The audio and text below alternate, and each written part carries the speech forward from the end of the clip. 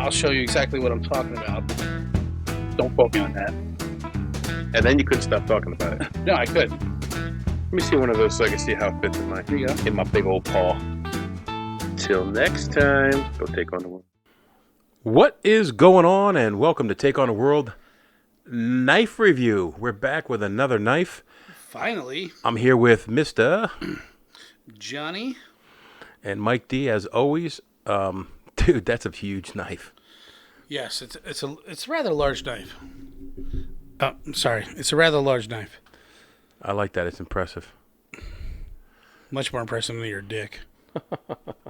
So, anyways, it's been a man. I know we said we were going to get into knife reviews, but I've been kind of slacking. It's been a minute. The one that we did on the Otter Micarta is probably one of our more famous ones. I'm going to link it down here in the description. Try to throw it up on the screen. That doesn't always work for me. Yeah. So, again, like why we tried to get into this was just our review on a knife.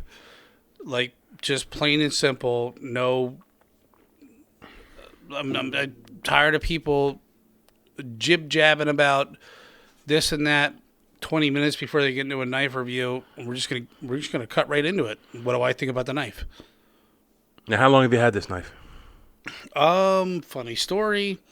Let me tell you a little backstory. Is I bought this, not this exact knife. Can we see this from the camera? I don't know. Hold on.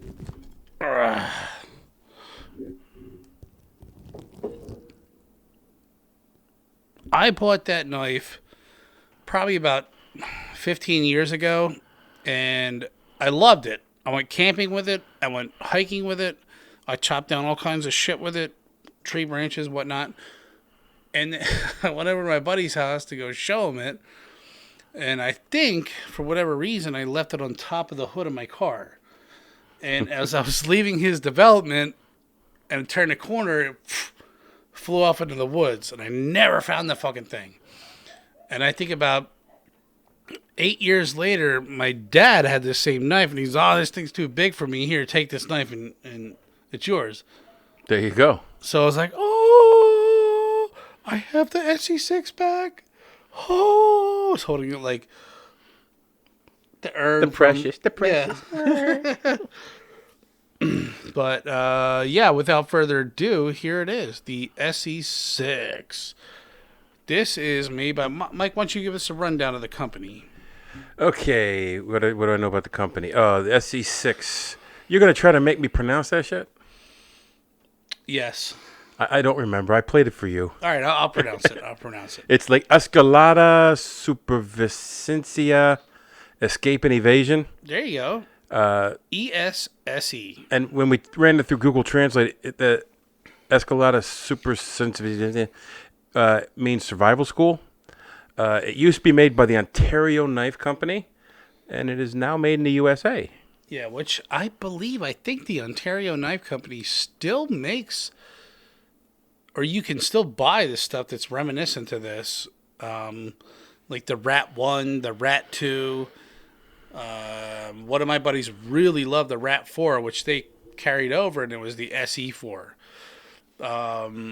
They're all great knives. I don't know, I had a Rat 3, and I beat the ever-loving piss out of that thing. I don't know what happened to it. I think I lost it in a move somewhere, but, I mean, I hammered that thing, literally hammered that thing through a copper pipe, all thread, and all you'd have to do was just sharpen it up on the end, and it lost a little bit of the powder coat that it has on it. I mean, so it's a super tough knife. So it's Rowan Manufacturing? Yeah. Formed by Jeff Randall and Mike Piran. Yes. Okay, that means nothing to me. Yeah, me neither. I don't know who they are. Yeah. Made in the USA. And what you have here is a 1095 blade, which, if you're into knives, 1095 is a carbon steel, which is fantastic. It's the same blade steel that's used on the K-bar knives, which we all know are almost indestructible. I mean, they stood the test of time. They brought our forefathers to through war and, saved their ass Through the sands of Saipan. through the sands of Saipan, which you would not let me take my K-bar to Saipan with us. Going, I shouldn't do it. I had to. I just didn't think it was a good idea. I mean, look at that point. And then I carried a knife around in my backpack through the airport. You snuck to the airport with your knife. We got a full flat grind, if you can see that. Hey, explain that to me, the full flat grind. Like, you're the knife guy. I'm not. Like, the last knife we did, the Messer Cat. Messer Cat, that I believe. Do you have that on you? Yes. I carry it with me everywhere. I'll tell you right now what that is. I don't know, and I didn't touch on that. But John gave me this knife after we did our first knife review, and I freaking love this thing. What you said, everything you said about it is exactly what I like about it. Yeah. And that. That I believe that is a full flat grind. That is the same like a Swiss Army knife, but this thing hands down is. Well, I see you crush the tip a little bit. You gotta sharpen that up a little bit. Will you stab it with that? I don't know. Car hood? Is there blood on it? Been there, done that. With the thumb studs holding on well. Yeah, that's a full flat grind. And you can tell it's... If you held a ruler from the tip to the blade, it would be flat.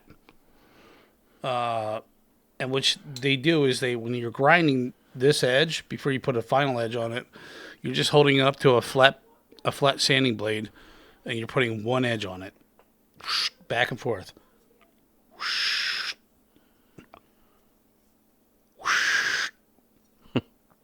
And then, I don't know, do we want to get into the other types of grinds? I don't think so. As we hit knives that have them, you can bring it up, but I just didn't, like, that was something I'd never heard before. I mean, I probably heard it, but I didn't know what the heck it meant. I mean, look at that. Look at that bastard. Me and Mike both have fat hands. Big hands. And there's way more than enough real estate to grab onto that. What do you think, Mikey? Would you do a little... Oh. And it's down. Yeah, look at that.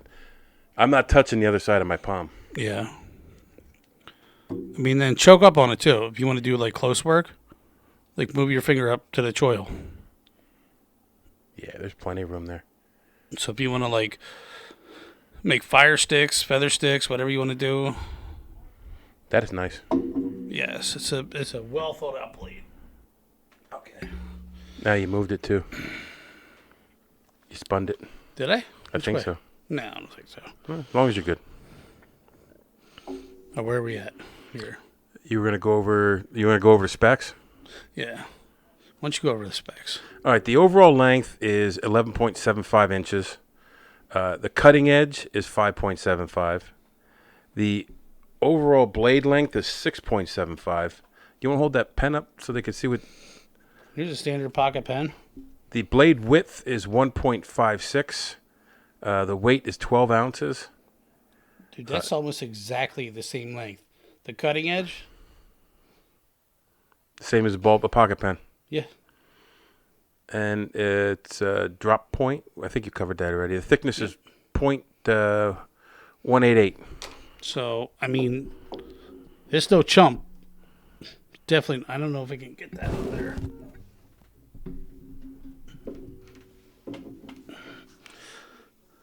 I mean, I used to think years ago, like, oh, I gotta have a thicker blade than that. An eighth of what would that be in American? I don't know. I think a quarter. No, that's less than a quarter. Eighth of an inch? It's more than an eighth. Damn it, I don't know. It's just under a quarter. I mean, I used to think that, like, oh, that's not beefy enough. Now, Esee does, the same company, does make the Esee-6, which is, like, literally a fucking pry bar. I think it's 1/2 inch steel. Wow.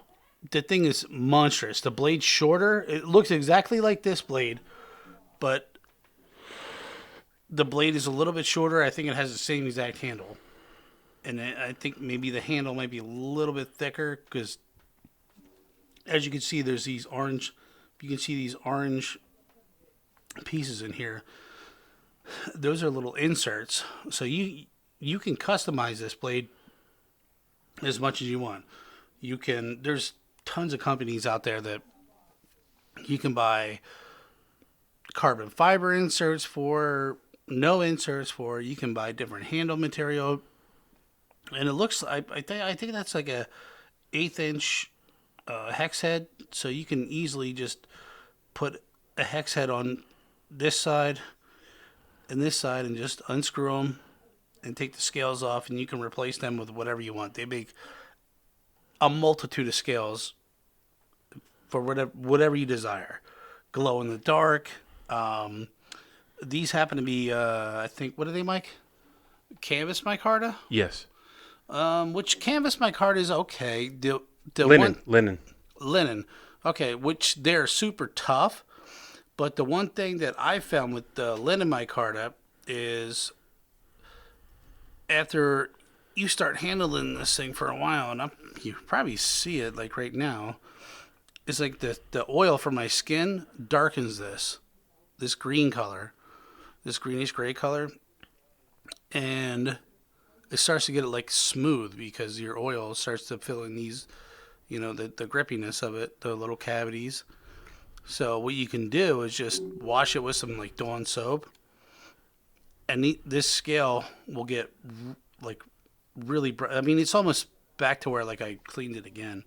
But I remember before, I think it was like 2 years ago, these scales almost looked like they were black, and they were like almost like slippery. I was like, what the fuck?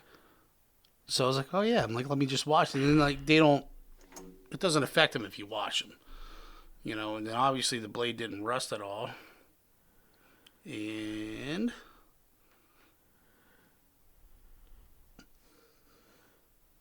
that's that. I mean, you could change these out if you wanted. So is that what you were telling me? There's mods that you made to it. Typically, every knife that I like to do, I like to shave the spine down with a file and put a 90-degree spine on it. So I can sit here. If I had a fire steel like this, I could spark a fire steel. Now you could with the edge of your blade, but you're gonna fuck your edge of your blade up. Right. This one particularly, I did not do. Look at that! I just shaved a bunch of that plastic off of my knife, or that. You see that? Just shaved some plastic off of my pen, but I didn't do that on this one because I typically, if I go out, I'll take like 3 or 4 knives with me. You know how I am, Mike. Yeah. And yes, I do. I just didn't want to take the coating off this. This coating is like really tough. But I know some guys, they'll blast this. They'll take the coating off. They'll put different scales on it. And just kind of have fun with it and pass it around between people. And you can do that. It doesn't hurt the blade.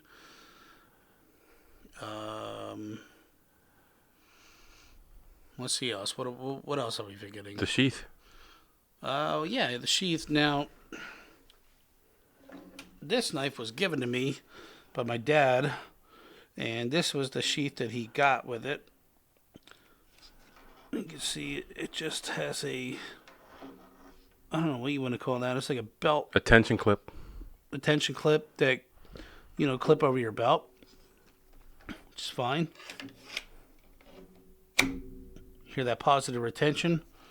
And there's a nice little thumb ramp there. So you can push off and pull the knife out. But you said you don't particularly like that sheath? No, because there's so many sheaths that you can get into. There's leather. There's, I think this is some kind of Kydex, but you can get a different kind of Kydex sheath that will hold a fire steel. It'll hold like this thing is so customizable. You have no idea. And this is probably like the basic model that you're gonna get. Well, you saw the knife alone was what, $100? Yeah. Without the sheath, and then this sheath alone. And then you could buy just the blade without the scales. Oh, that's right, yeah. And this sheath alone is probably $40, but I mean it'll do its job, for sure. But you know, some people just you can buy the different inserts for it, different colors, no inserts. You can buy different bolts to hold the scales together. You can put. Let me see your. Where's your little? Back in my pocket, bro. So you can put. I don't know what I don't know what you would call that. You could put. I guess a tail or a. Like if you stuck this in your pocket and this is hanging out, something easily to grab onto, or a lanyard you can put on the end of there. There's a hole there. I mean, this knife is just fantastic, and I really haven't got to use this out in the field. I've taken it to Colorado on one elk trip, and I didn't use it at all. So I prefer to use. I prefer to kind of like beat the shit out of my knives and like give you an honest review from that standpoint, but I mean, I don't think you'd have any problems beating the crap out of this knife. And, you know, honestly, like use it within its means. Like you're not gonna chisel through a piece of fucking rebar with it like some idiots. Oh, this blade should be better than a piece of rebar. And like use it within its fucking means. You know, this is a survival tool, and yeah, it's going to save your life when you need it to, and I don't know. What else can I say about this? Sounds like you covered it, bro. I think maybe the next thing we do is put this fucker to the test. Like, go out in the field and like try some stuff. Don't you stab my table. Oh, I just stabbed your knife. Don't stab my knife, bro. Look at that thing. I mean, isn't she sexy? Look at that. Ooh, wee. I'm gonna focus, but like I said, if you're looking for something that's beefier, check out the Esee-6. That thing is, I think the blade comes to about here. It looks exactly the same, but the blade's a little bit shorter, and the thickness is like almost twice this. It's ridiculous. So, okay, folks, we took on the Esee-6 beast of a knife. Beast. Beautiful knife. Very, very comfortable in the hands. So thanks for stopping by. I'm going to link the Messer Cat video into this. And slap the like button. Subscribe if you want to see some more of this. Let us know what you want to see. If there's a knife that you want to see that John probably has it, for real. Mostly. Or I gave it to a friend of mine. Yeah, true. True story. So there's the Esee-6.